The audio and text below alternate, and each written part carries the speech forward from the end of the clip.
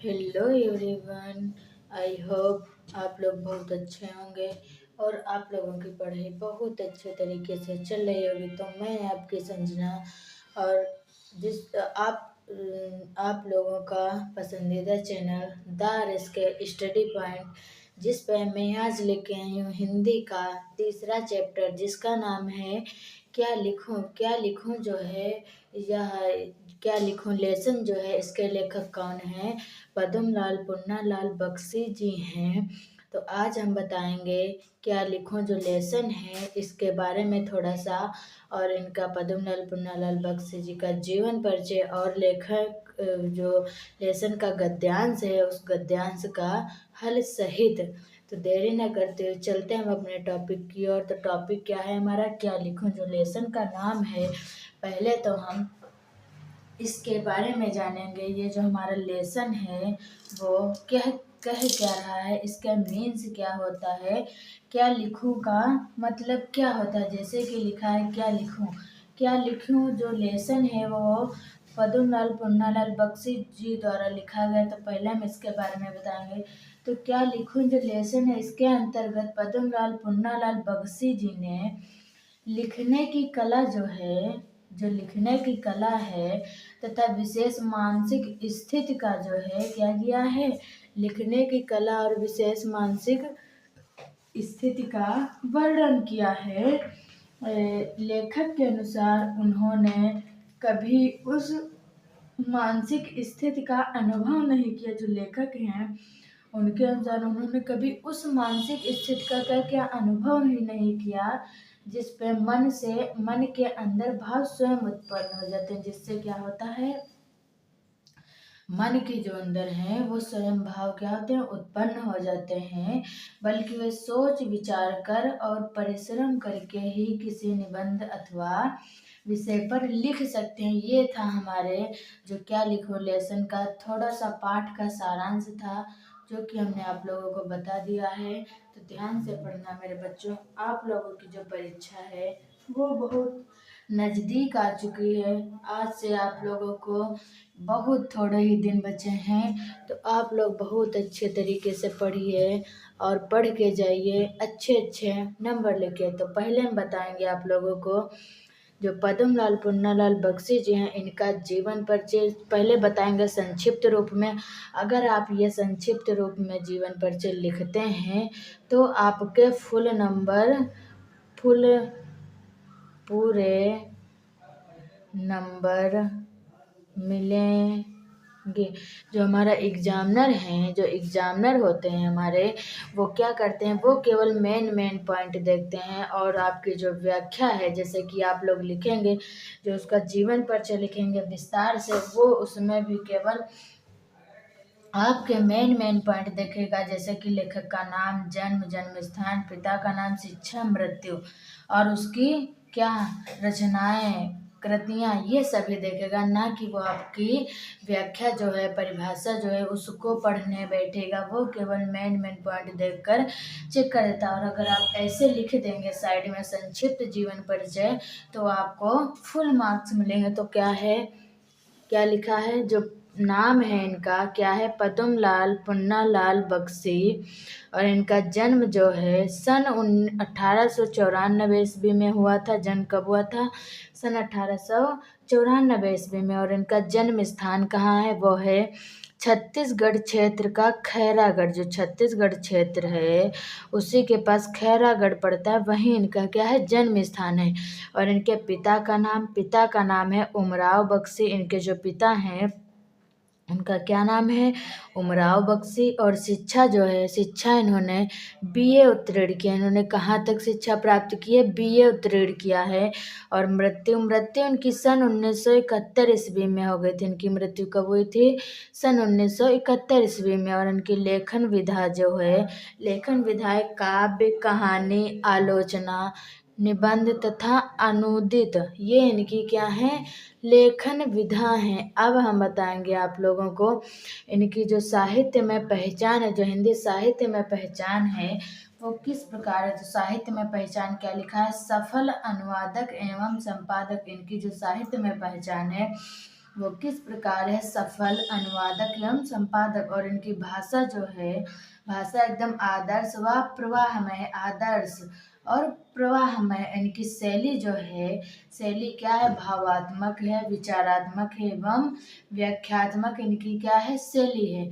अब है इनका साहित्य में स्थान। जो लेखक हैं हमारे, इनको जो हमारे हिंदी साहित्य में स्थान है, वो किस प्रकार से इनका स्थान जो है प्रसिद्ध है। तो क्या लिखा है, पद्मलाल पन्नालाल बख्शी द्विवेदी युग के सुप्रसिद्ध रचनाकार सिद्ध हुए। जो पद्मलाल पन्नालाल बख्शी हैं, वो द्विवेदी युग के क्या हैं, सुप्रसिद्ध रचनाकार सिद्ध हुए। अब इनका हम विस्तार से जीवन परिचय बताएंगे आप लोगों को, तो आप लोग ध्यान से पढ़ के जाना। तो क्या लिखा है, द्विवेदी युग के प्रसिद्ध साहित्यकार श्री पद्मलाल पुन्नालाल बख्शी का जन्म सन 1894 ईस्वी में छत्तीसगढ़ क्षेत्र के खैरागढ़ नामक ग्राम में हुआ था। इनका जन्म कब हुआ था, सन 1894 ईस्वी में छत्तीसगढ़ क्षेत्र के खैरागढ़ नामक ग्राम में हुआ था। इनके पिता का नाम उमराव बख्शी, जो इनके पिता थे उनका नाम क्या था, उमराव बख्शी, तथा पितामह दादाजी। जो पितामह होते हैं उसका मतलब क्या होता है, दादाजी। क्या लिखा है मेरे बच्चे, जो पितामह दादाजी का मतलब हमारे बाबा, दादाजी का नाम पुन्नालाल बख्शी था। ये दोनों साहित्यानुरागी तथा काव्य के रचनाकार थे। जो पद्मलाल पुन्नालाल बख्शी के पिताजी जो थे उमराव बख्शी, और उनके दादाजी पुन्नालाल बख्शी, ये दोनों क्या थे, साहित्यानुरागी तथा काव्य के रचनाकार थे। उनकी माता के हृदय में भी साहित्य के प्रति अनुराग था। जो उनकी माता थी, उनके हृदय में क्या था, साहित्य के प्रति अनुराग प्रेम था। इस प्रकार बख्शी जी का पालन पोषण एवं शिक्षा इस प्रकार बख्शी जी का पालन पोषण एवं शिक्षा दीक्षा एक साहित्यकार परिवार में हुई थी। जो बख्शी थी, इस प्रकार उनके पालन पोषण एवं शिक्षा दीक्षा किस प्रकार हुई थी, किस परिवार में हुई थी, साहित्यकार परिवार में हुई थी। एमसीक्यू क्वेश्चन में ये पूछ सकते हैं। आगे क्या लिखा है, बीए की परीक्षा उत्तीर्ण करते ही इन्होंने पहले हितकारिणी में और फिर अन्य पत्रिकाओं में भी अपनी रचनाएं प्रकाशित करवाना क्या कर दिया, अपनी रचनाएं प्रकाशित करवाना शुरू कर दिया। जैसे कि इन्होंने बीए उत्तीर्ण किया, बीए की परीक्षा उत्तीर्ण की, उसके बाद इन्होंने क्या किया, हितकारिणी जो है पत्रिका, उसमें हितकारिणी पत्रिका और भी अन्य पत्रिकाओं में अपनी रचनाएं प्रकाशित करवाना क्या कर दिए, शुरू कर दिए। आगे हम बताएंगे आप लोगों को। द्विवेदी जी के संपर्क में आने पर इनकी रचनाएं सरस्वती पत्रिका में प्रकाशित होने लगी। जो द्विवेदी जी थे, उनके संपर्क में आने पर क्या, इनकी रचनाएं सरस्वती पत्रिका में क्या होने लगी, प्रकाशित होने लगी। और छाया मासिक पत्रिका का भी संपादन किया। जो छाया मासिक पत्रिका है, उसका संपादन हमारे पद्मलाल पुन्नालाल बख्शी जी ने किया। तथा लेखन कार्य करते हुए इनकी मृत्यु सन 1971 ईस्वी में क्या हो गया, इनका स्वर्गवास हो गया। जब पद्मलाल पुन्नालाल बख्शी जी थे, इनकी मृत्यु कब हुई थी, सन 1971 ईस्वी में इनकी मृत्यु हो गई थी। अब हम बताएंगे आप लोगों को इनकी कृतियाँ जो हैं वो किस प्रकार हैं, तो ध्यान से देखना मेरे बच्चों। तो क्या लिखा है, कृतियाँ, बख्शी जी की कृतियाँ निम्नलिखित हैं। जो पद्मलाल पुन्नालाल बख्शी जी हैं, इनकी कृतियाँ क्या हैं, निम्नलिखित हैं। पहला क्या लिखा है, काव्य। काव्य में इन्होंने क्या लिखा है, शतदल और अश्रुदल। क्या लिखा है, शतदल और अश्रुदल। कहानी संग्रह दूसरी हमारी क्या इनकी रचना, वो है कहानी संग्रह। कहानी संग्रह में क्या लिखा है, झलमला और अंजलि। झलमला और अंजलि इनकी क्या है, कहानी संग्रह है। तीसरा जो है, तीसरी कृति है वो है आलोचना। आलोचना में इन्होंने क्या लिखा है, विश्व साहित्य, हिंदी उपन्यास, साहित्य आदि। जो विश्व साहित्य है, हिंदी उपन्यास, साहित्य है, ये सब हमारे बख्शी जी द्वारा लिखे थे। चौथा है हमारा, चौथी कृति क्या है, चौथी कृति हमारी निबंध संग्रह। निबंध संग्रह में क्या लिखा है, पंचपात्र, कुछ बिखरे पन्ने, पदम वन, कुछ यात्री याद। इन्होंने क्या लिखा है, निबंध संग्रह में लिखा है मेरे बच्चों। अब हम बताएंगे आप लोगों को आगे क्या क्या क्या लिखा है इन्होंने। आगे जो लिखा है, पांचवी कृति कौन सी हमारी, अनुदित। अनुदित में क्या क्या लिखा है इन्होंने, अनुदित में लिखा है प्रायश्चित, उन्मुक्ति का निबंध, प्रायश्चित, उन्मुक्ति का निबंध, तीर्थ स्थल झलमला आदि। ये सभी हमारी बख्शी जी के द्वारा क्या लिखित कृतियां एवं उनकी क्या हैं, रचनाएं हैं। अब हम बताएंगे आप लोगों को गद्यांश। जो लेसन है, आपके लेसन से 2 गद्यांश दिए होंगे। आपके गद्य खंड से 2 गद्यांश और काव्य खंड से 2 गद्यांश दिए होंगे। उन दोनों में से 4 गद्यांशों में से आपको 2 करने होंगे, एक गद्य खंड का और एक काव्य खंड का। तो हर एक लेसन के हमने 2-2 गद्यांश लिए हैं, जो कि बहुत इम्पोर्टेंट हैं। वो आप लोगों को बताएंगे, आप लोग वही पढ़ के जाना। हमने ये गद्यांश क्या लिया है, दूर के ढोल और डॉट डॉट डॉट डॉट मधुर बन जाती है। जैसे कि आप लोगों को बोर्ड परीक्षा का जो एग्जाम है देने जाएंगे, तो आप लोगों को पूरा गद्यांश नहीं उतारना है। शुरुआत के 2 अक्षर और लास्ट के 2 अक्षर, बाकी का जो है आप लोग अपनी बुक में देख लेना और मॉडल से भी देख लेना। तो हम बताएंगे आप लोगों को, जैसे कि अगर ये जो गद्यांश लिखा होगा उसके नीचे कुछ क्वेश्चन दिए होंगे, तो क्वेश्चन हल करने होंगे। क्या लिखा है, संदर्भ। जैसे क्वेश्चन लिखा होगा प्रस्तुत गद्यांश का संदर्भ लिखिए, तो हमने संदर्भ बताया है आप लोगों को। तो संदर्भ में क्या लिखना होता है, संदर्भ जो है वो गद्यांश जो है वो किस खंड से लिया गया है, किस पाठ से लिया गया है और इसके लेखक कौन है। तो वही लिखा है, प्रस्तुत गद्यांश हमारी हिंदी की पाठ्य पुस्तक के क्या गद्य खंड से, खंड से संकलित है ना, गद्य खंड से संकलित क्या लिखूं नामक पाठ से लिया गया है। इसके लेखक पद्मलाल पुन्नालाल बख्शी जी हैं। ये था हमारा गद्यांश। तो आशा करते हैं आप लोगों को अच्छी तरीके से समझ में आ रहा होगा। अब क्या लिखा है, अब लिखा है मेरे प्यारे बच्चों, रेखांकित अंश की व्याख्या। ये जो रेखांकित अंश की व्याख्या है, इसको हम लोग किस प्रकार लिखते हैं, तो ये हम आप लोगों को बुक से ही देख के बता सकते हैं, क्योंकि ये गद्यांश से ही लिखी जाएगी। जैसे कि लिखा है मेरे प्यारे बच्चों, ये रहा हमारा गद्यांश जो लिखा है, दूर के ढोल सुहावने होते हैं क्योंकि उसकी कर्कशता दूर तक नहीं पहुंचती। जब ढोल के पास बैठे हुए लोगों के कान के पर्दे फटते रहते हैं, तब दूर किसी नदी के तट पर संध्या के समय किसी दूसरे के कान में वही शब्द मधुरता का संचार कर रहे होते हैं। जैसे कि रेखांकित अंश की व्याख्या का मतलब होता है, जो कोई वाक्य लिखे होंगे उनके नीचे हल्की डार्क लाइन दिख रही होगी, केवल आपको उतनी ही व्याख्या करनी होगी, बाकी जो लिखा होगा उसकी व्याख्या नहीं करनी होगी। तो हम आप लोगों को इसकी व्याख्या करके दिखा रहे हैं, थोड़ी ही करके दिखाएंगे। तो क्या लिखेंगे, जैसे कि ये जो गद्यांश है, क्या लिखेंगे, लेखक ने, जो लेखक हैं, लेखक ने दूर के ढोल सुहावने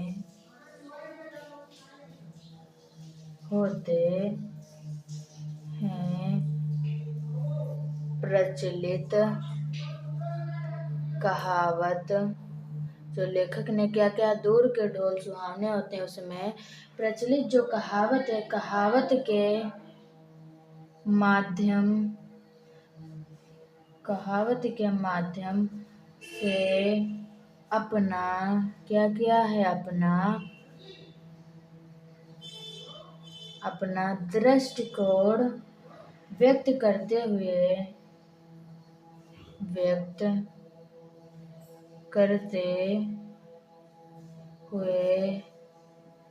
कहा है कि ढोल की आवाज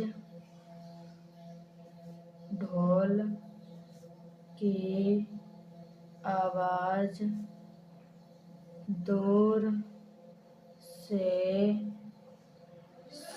सुनने। तो क्या लिखा है मेरे बच्चों, जो दूर की ढोल की आवाज है वो दूर से सुनने में मधुर व कर्णप्रिय क्या लगती है, कर्णप्रिय। हमारे जो कान है उनको सुनने में बहुत आनंद आता है, कर्णप्रिय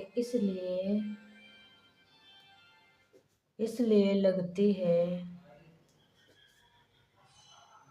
क्योंकि उसके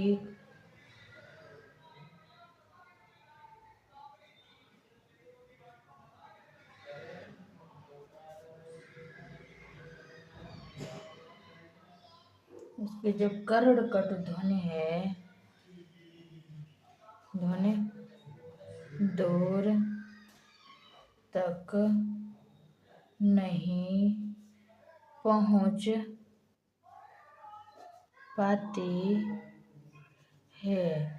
तो क्या कहा है, जो हमारे लेखक हैं उन्होंने क्या कहा है, जो ढोल है वो दूर से सुनने में बहुत अच्छी लगती है, लेकिन उसकी जो पास से सुनने में जो ध्वनि है, उसकी जो कर्णकट ध्वनि तक, कानों तक जो उसकी तेज आवाज है वो दूर से सुनने वाले लोगों तक नहीं पहुंचती। इसीलिए क्या कहा है, थोड़ा सा इसके विपरीत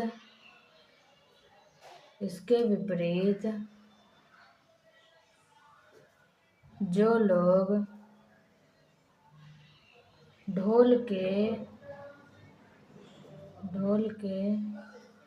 पास बैठे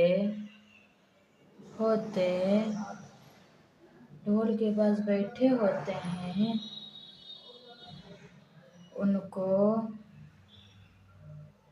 उनको यही ढोल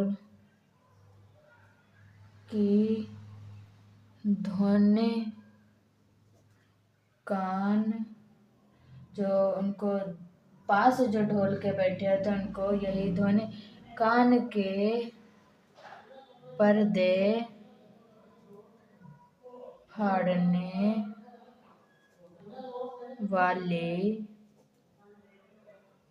पर्दे फाड़ने वाली क्या करती है, लगती है। यही हमारे जो लेखक हैं इन्होंने यही बताया। अब हम इसके 2 क्वेश्चन हल करवाएंगे, जो उनके आंसर क्या हैं, गद्यांश में ही लिखे हुए हैं। तो दिखाते हैं हम आप लोगों को क्वेश्चन। जो क्वेश्चन है मेरे प्यारे बच्चों, वो अगला क्वेश्चन क्या है हमारा, ढोल की कर्कश ध्वनि को कौन से मनोभाव मधुर बनाते हैं। जो ढोल की कर्कश ध्वनि है उसको कौन से मनोभाव क्या कर देते हैं, सुंदर बना देते हैं। तो हम इसमें गद्यांश में आप लोगों को दिखाएंगे इसके आंसर क्या लिखे हैं। पहले तो पूरा पढ़ेंगे। तो यहाँ पे क्या लिखा है, संध्या के समय किसी दूसरे कान में वही शब्द मधुरता का संचार कर देते हैं।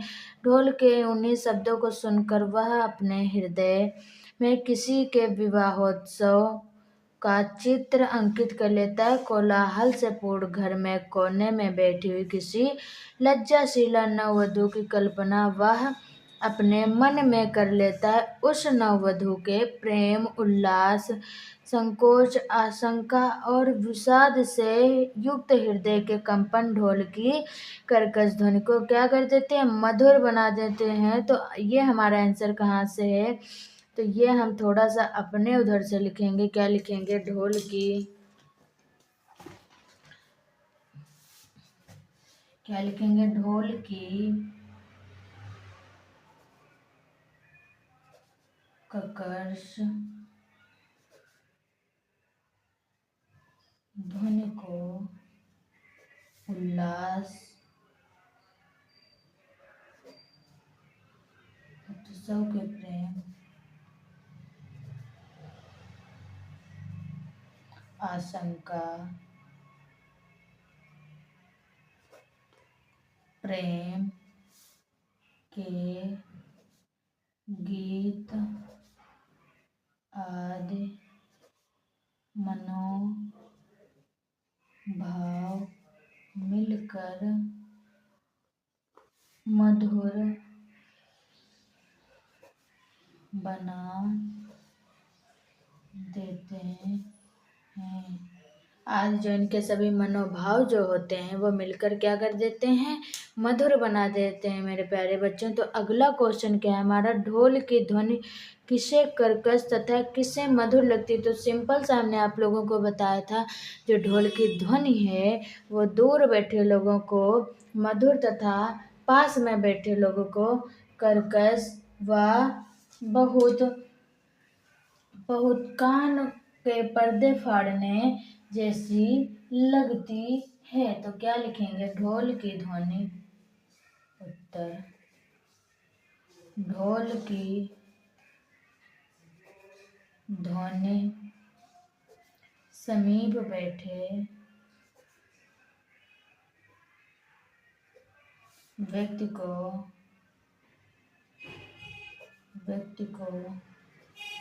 कर्कश तथा दूर बैठे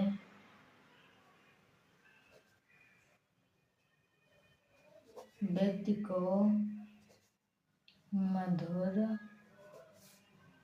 लगती है। ये था हमारा दूसरा क्वेश्चन। अब हम बताएंगे दूसरा गद्यांश, जो कि आप लोग इसका जो आंसर है वो देख लेना, ये हल कर लेना आप लोग अपने आप।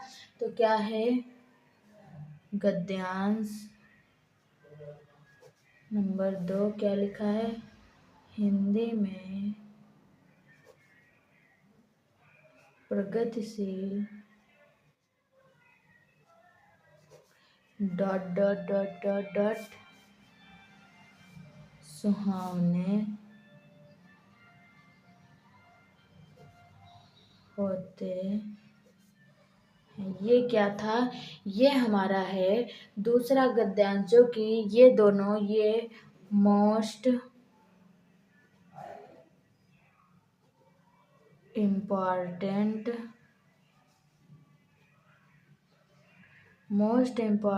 क्या है? क्वेश्चन है। ये आप लोग अपने बुक और मॉडल से देखकर अपने आप हल करने की कोशिश करना। तो आशा करते हैं आप लोगों को बहुत अच्छे तरीके से समझ में आया होगा।